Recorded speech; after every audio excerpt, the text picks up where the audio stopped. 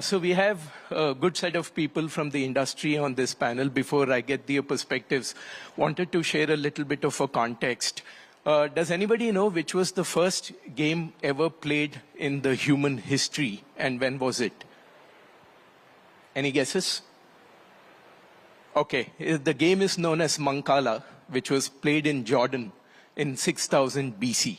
So if you look from the perspective of Mancala to the current scenario with Fortnite, we have come a long, long way with respect to the global gaming industry.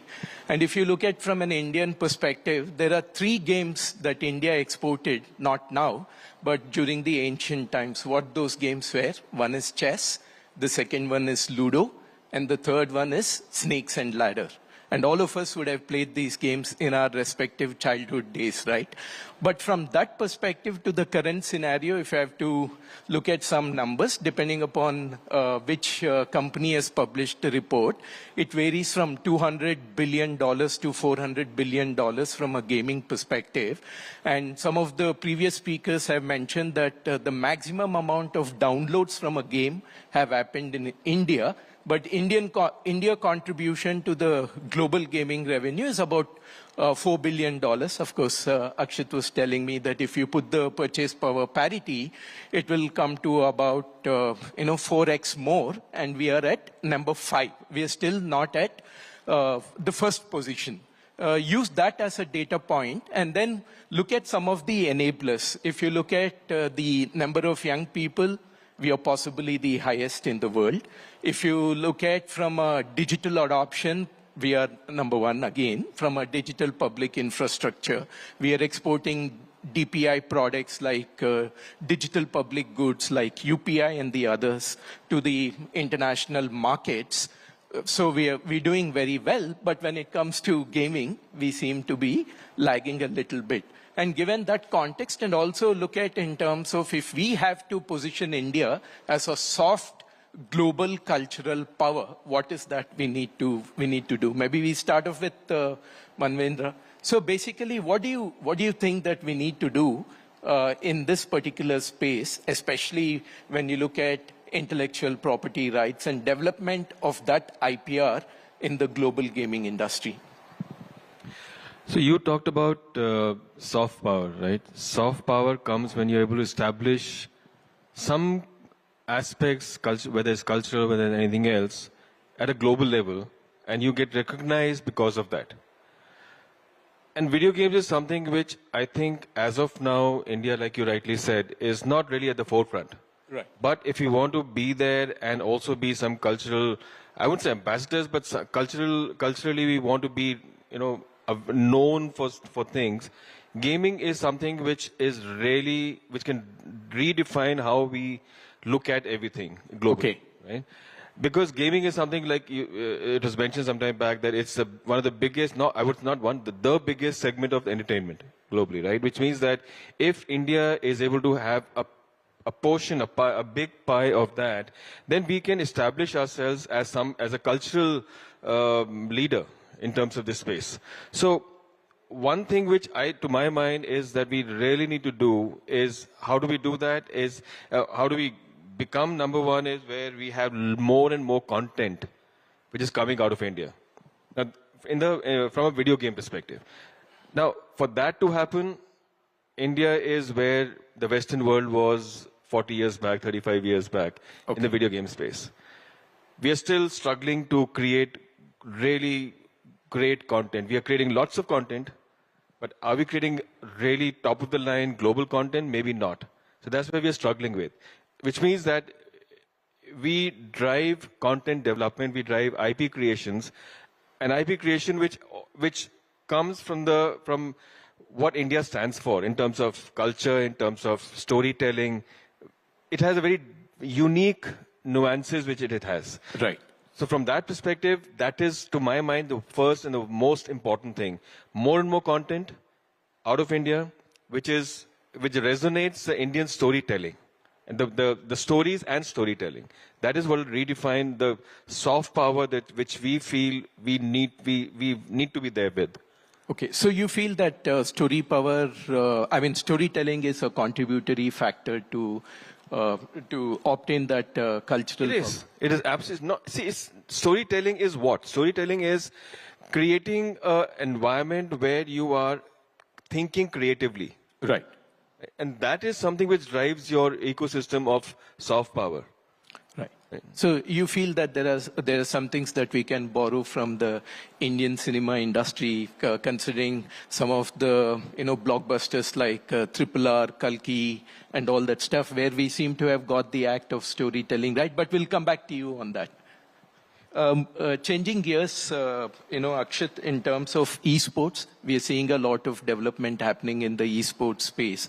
When I used to work with the NEOM folks in my previous company, Saudi Arabia wanted to promote Saudi Arabia as a major destination from an esports perspective. And also, teams from India have also participated and done reasonably well. So how do you think...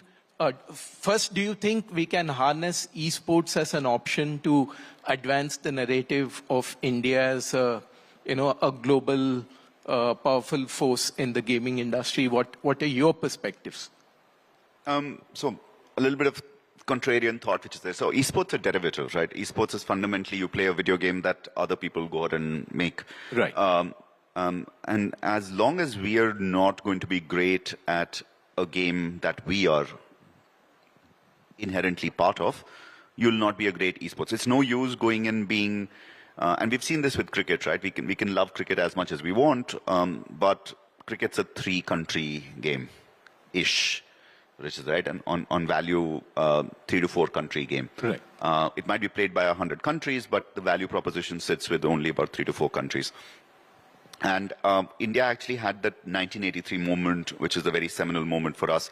Yeah. Go ahead and win the World Cup so that we are the best. And we are having that with chess. But in esports title, there are no esports titles from India at all. Right? So the best title we have is a Korean game that we are all very good at playing. Oh, yeah.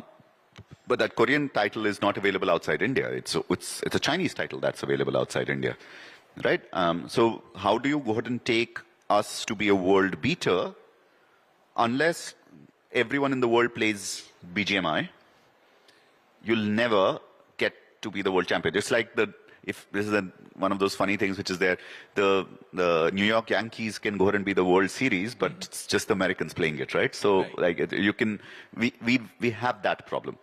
So for us, if the value proposition is to go ahead and have esports as an export, and that's where I'd love to go ahead and focus this conversation on. As a soft power conversation, we can only be as good as the games that we have. And esports is always going to be dependent on this. And we have Robbie sitting, and we have a lot of people who are the developers here. There's cricket games being built. There's Indus being built. There's the new 4G game that's being built. There are more and more games that will come in India. And eventually one of them will have a great esports title. And one of those will be, whether it's a chess, whether it's a Ludo, whether it is a Snakes and Ladders, one day someone will compete on them.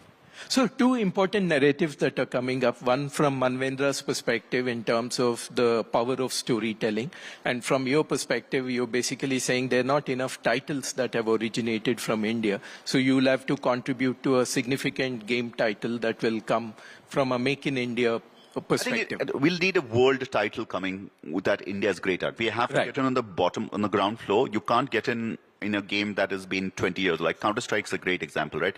Despite anything that India will do, India will never have a Counter-Strike champion because there's always going to be people who have a 15-year head start on us. Right. You really need to be, like Pepsi said, change the game. You need to be on the ground floor on somewhere. Understood. So going to Sridhar in terms of one is storytelling, the other one is ability to create those titles from a creative perspective. And for this, one of the raw material is game developers.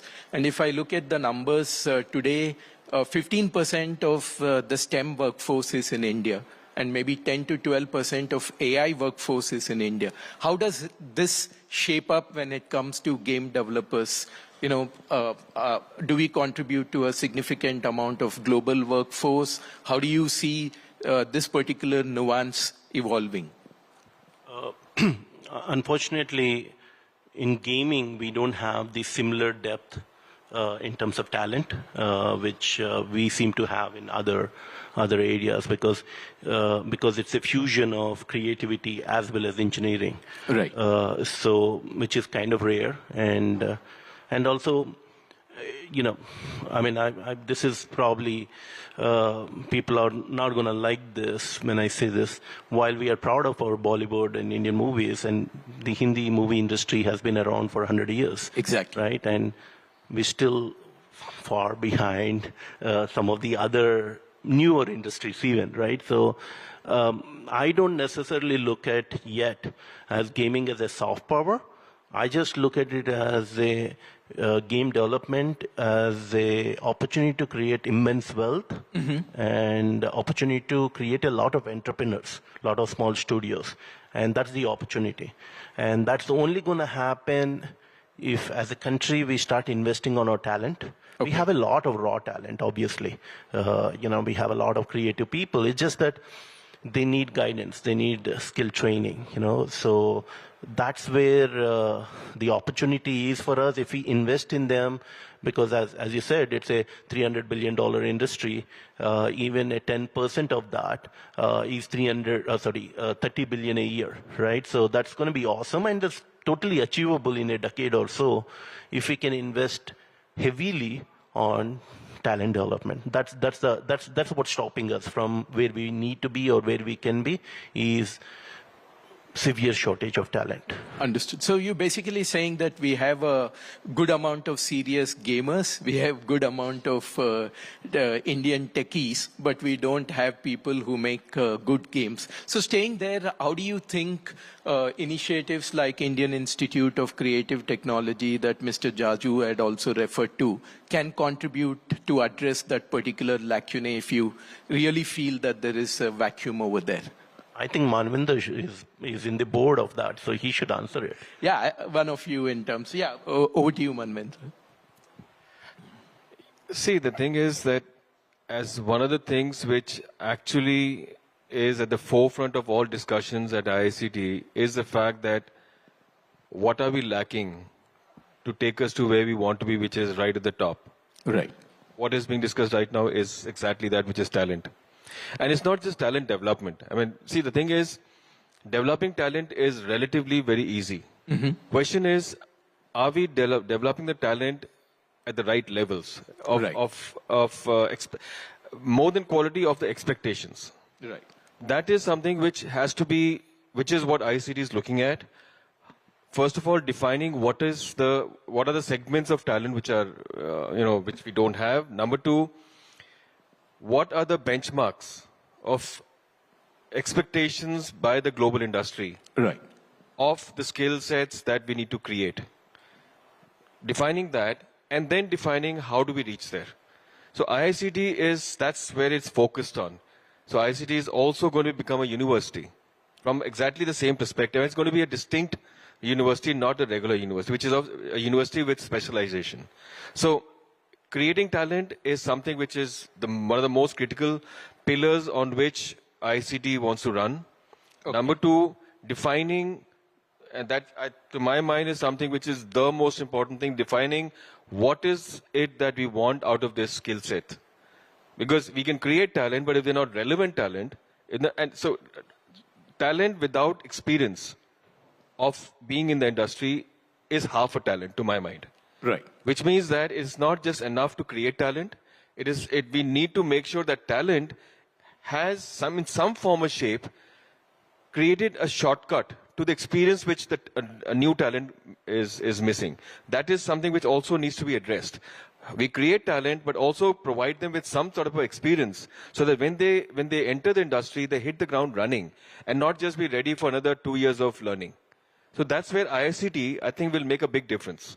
Understood.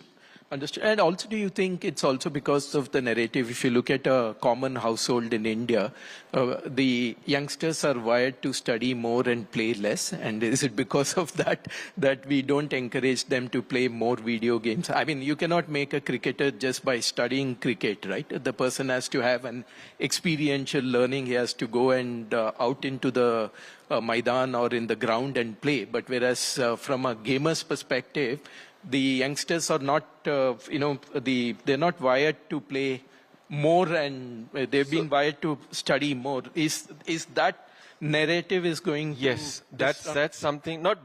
See, this is a narrative which we have today. Right. But if we are looking at IICT as an institution which is going to define or redefine what the future of skilling looks like, then that narrative has to be changed. And that is exactly what IICT is doing. Understood. What they're trying to do is, what we are trying to do is that we are trying to put academics, which is learning and skilling, and industry. We're trying to bring them together. Because your learning doesn't only have to be in classrooms. Correct. Most of your learning, I would say a better part of your learning, happens when you're actually out there in the studio. Right. Doing things. Right. Now, that is the nature of learning which we want to redefine. Then that's the reason why all the things which are being planned for IICT are being planned with the perspective of skilling will happen, but along with the industry experience. Both these things have to go hand in hand. So move away from only education, because that is something which will not take you very far. But if you combine industry experience while you are, going through the education cycles, that is really going to define and take you to what like I said earlier, expectations that the global developers have from talent in India. Understood. Understood. And Sridhar, moving to you, in terms of if you look at games like Pokemon Go or the League of Legends, which have originated from Japan and South Korea, they also not only exported the games, but also exported a lot about the cultural aspects of Japanese people and the South Korean people. And if you have to do similar thing from an Indian perspective, and if they have to be an enabler from a government intervention, what do you think those enablers should be? I mean, I guess more initiatives like Waves and others where, where we get people exposed to it at a leadership business level. But I think it's more about content, right? If you do, more of a certain type of content, at least the first few times, people are not going to consume it. But eventually, once they get used to it, and people would start liking it, right? Our names are difficult to pronounce. Is there a way to make that easier? There's so many ways we need to look at it. But I think that is an opportunity, where we have such a deep mythology we can expose the world to, right? So if we can, at the end of the day, it all comes back to, do we have the skill to build something which is amazing, right? The reason people consume Japanese or Korean content, it's actually quite good, right? And the soft power comes from exposing their culture through it. But and same thing with China, right? Our content is not yet that good. Right? Okay. I mean, it's getting there, but it's not yet that good. And because of that, now if we try to push our culture on a subpar quality product, then you're also reflecting, on that. So we would rather wait for us to get better, in terms of being able to compete on the modern content and eventually start pushing mythology and other aspects. Yeah, absolutely. It's a bit paradoxical, right? If you look at the content from India perspective, the Panchatantra tales, Ramayana, Mahabharata, there's so much of content that was available from an ancient times perspective. And maybe the modern content, we have not been able to keep pace with the development of the modern content. And also from a government intervention perspective, if you look at the image policy of state government of Telangana, I think they're facilitating a lot to bring the entire ecosystem together. Maybe not just Telangana. We have like at least 10 different governments who are coming up with or come up with their ABCJ policies, right? Right. So this is a sunshine industry for most of the Indian states, at least the upcoming developed states, right? And so that way it's a good thing. As I said, our focus has been invest on talent, invest on high IQ talent, try to bring in game development programs or electives within IITs, IIITs, NITs, NIDs. So what Manvendra is doing is going to help. So we want government to focus on that, right? Focus on bringing in our smartest people, expose them to video game development. Right. Once that happens, because at the moment we have some amazing people. I mean, some of them are here, but most of us are outliers. We didn't, we played games from a very young age, so we picked it up. But we want, if you look at success stories, any of the Indian startups, they're all coming from good schools. So we want to expose video gaming to kids in good schools, right? So that's one of the thoughts. Look, Akshat, your viewpoint. Everyone hates my viewpoints. My viewpoint is let us never confuse venture capital, the business of business, right, with the business of the government. Yeah. Government's not in the business of business. The government, I fundamentally believe, it should be in the business. I believe the government is in the business of constructive failures. Right? That's what builds the infrastructural layer. If you have 100 companies that come up and 99 fail, and the one that succeeds, the government cares about the 99 who failed. Why? Because the 99 who failed, free of cost, went and trained people, gave them experience, gave them the metal, gave them the infrastructure, right, gave them the experience which is there. Sure, the venture capitalists go and lose money on 99 and they'll make money on the one that's going to be super successful, but the government's not in the business of picking winners. Yeah. Government's in the business of constructive failures, right? And hence, they should be encouraging failure, right? Doesn't matter if you fail. If this is, here's an incubator, here's an accelerator, here is the ability to go ahead and here's cheap loans, here's an access to market, here's the access to go ahead and do this. They should just go ahead and do that, knowing fully well that 99% of the people will fail. Yeah, absolutely. Right? But those 99% people go ahead and solve for Manvendra's problem statement, right? Those people have the experience now, after being educated, to go ahead and actually go through the grind of saying what works, what doesn't work. Because if we believe that the business community is going to all go ahead and try be winners, it's not going to happen, ever. So, that side of the view needs to go ahead and do this. And on the other side of the view, let's learn from what happens in entertainment, right? This is the 7th coming of entertainment. The first coming of entertainment was books. The second coming of entertainment was lore. Actually, the first was lore, the second was books, the third was radio, then cinema, etc., television, etc., right? Look at where we are in India today. Tell me how many English channels still exist. The number of English channels that die on television are multitudes. The ones that survive are regional. Right. Right? That means India will not have English as its language of soft power. Right. It will have it as multiple languages that are there. Right? We are the United States of Europe equivalent, right? We have these multitude of languages that is there. And look at every other form of, whether it is Mirzapur that is coming, whether it is other content that is coming. Look at the programming that comes in the country of India. Whether we say RRR, we keep on talking about it. It wasn't an English movie. It wasn't even a Hindi movie. Correct. Right? It was a movie that was built regionally, that went and expanded it there. I think the stories of our country will go ahead and come in from the diversity of languages that we have. And the exportability of that would be then cohorted to what works for that cohort. So I don't think we should go ahead and think of whether it is English or Hindi or whatever which is there. Just look at how entertainment has played out.